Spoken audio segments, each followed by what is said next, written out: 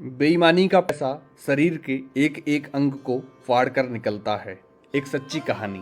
रमेश चंद्र शर्मा, जो पंजाब के एक शहर में एक मेडिकल स्टोर चलाते हैं, उन्होंने अपने जीवन का एक पृष्ठ खोलकर सुनाया। रमेश जी बताते हैं कि मेरा मेडिकल स्टोर बहुत अच्छी तरह से चलता था और मेरी आर्थिक स्थिति भी बहुत अच्छी थी।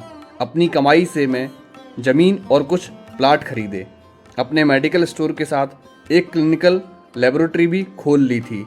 लेकिन मैं यहाँ झूठ नहीं बोलूँगा, मैं एक बहुत ही लालची किस्म का आदमी था, क्योंकि मेडिकल फील्ड में दुगनी नहीं बल्कि कई गुना कमाई होती है। शायद ज़्यादातर लोग इस बारे में नहीं जानते होंगे कि मेडिकल प्रोफेशन में 10 रुपये में आने वाली दवा आराम से 70 से 80 रुपये में बिक जाती है। लेकिन अगर कोई मुझसे कभी 2 रुपये भी कम करने को कहता तो मैं ग्राहक को मना कर देता। वर्ष 2018 में गर्मी के दिनों में एक बूढ़ा व्यक्ति मेरे स्टोर में आया।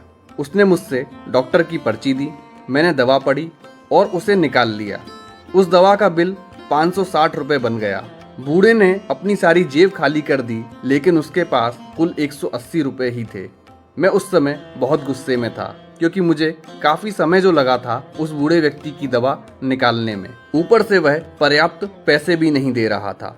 बूढ़ा दवा लेने से मना भी नहीं कर पा रहा था, शायद उसे दवा की सख्त ज़रूरत थी। फिर उस बूढ़े व्यक्ति ने कहा, मेरी मदद करो, मेरे पास कम पैसे हैं और मेरी पत्नी बीमार है। हमारे बच्चे भी हमें पूछते नहीं हैं। मैं अपनी पत्नी को इस वृद्ध अवस्था में मरते हुए नहीं देख सकता। लेकिन मैंने उस समय उस बूढ़े व्यक्ति की बात नहीं सुनी और उसे दवा वापस छोड़ने के लिए कहा।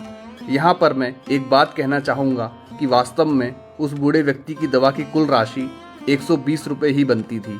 अगर मैंने उससे 150 रुपये भी ले लिए होते तो भी मुझे 30 रुपये का मुनाफा ही होता।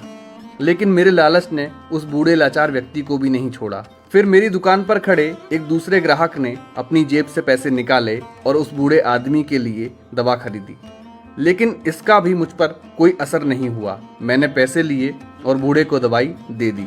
समय बीतता गया और वर्ष 2009 आ गया। मेरे इकलौते बेटे को ब्रेन ट्यूमर हो गया। पहले तो हमें पता नहीं चला, लेकिन जब पता चला तो बेटा मृत्यु की कगार पर था। पैसा बहता रहा और लड़के की बीमारी खराब होती गई। प्लॉट बिक गए, जमीन बिक गई और आखिरकार मेडिकल स्टोर भी बिक गया। लेकिन मेरे बेटे की तबीयत बिल्कुल नहीं सुधरी। उसका ऑपरेशन भी हुआ और जब पैसा खत्म हो गया तो आखिरकार डॉक्टरों ने मुझे अपने बेटे को घर ले जाने और उसकी सेवा करने के लिए कहा। उसके पश्चात 2012 में मेरे बेटे का निधन हो गया। मैं जीवन भर कमाने के बाद भी उसे बचा नहीं सका। 2015 में मुझे भी लकवा मार गया, मुझे चोट भी लग गई। आज जब मेरी दवा आती है तो उन दवाओं पर खर्च किया गया पैसा मुझे काटता है, क्योंकि मैं उन दवाओं की वास्तविक कीमत जानता हूँ। एक दिन मैं कुछ दवाई लेने के लिए मेडिकल स्टोर पर गया। 100 रुपये का इंजेक्शन मुझे 700 रुपये में दिया गया, लेकिन उस समय मेरी जेब में 500 ही रुपये थे और इंजेक्शन के बिना ही मुझे मेडिकल स्टोर से वापस आना पड़ा। उस समय मुझे उस बूढ़े व्यक्ति की बहुत याद आई और मैं घर चला गया। दोस्तों, ये कहानी हमें सिखाती है जीवन शतरंज के खेल की तरह है और यह खेल आपके साथ ईश्वर खेल रहे हैं। आपकी हर चाल के बाद अगली चाल ईश्वर चलता है।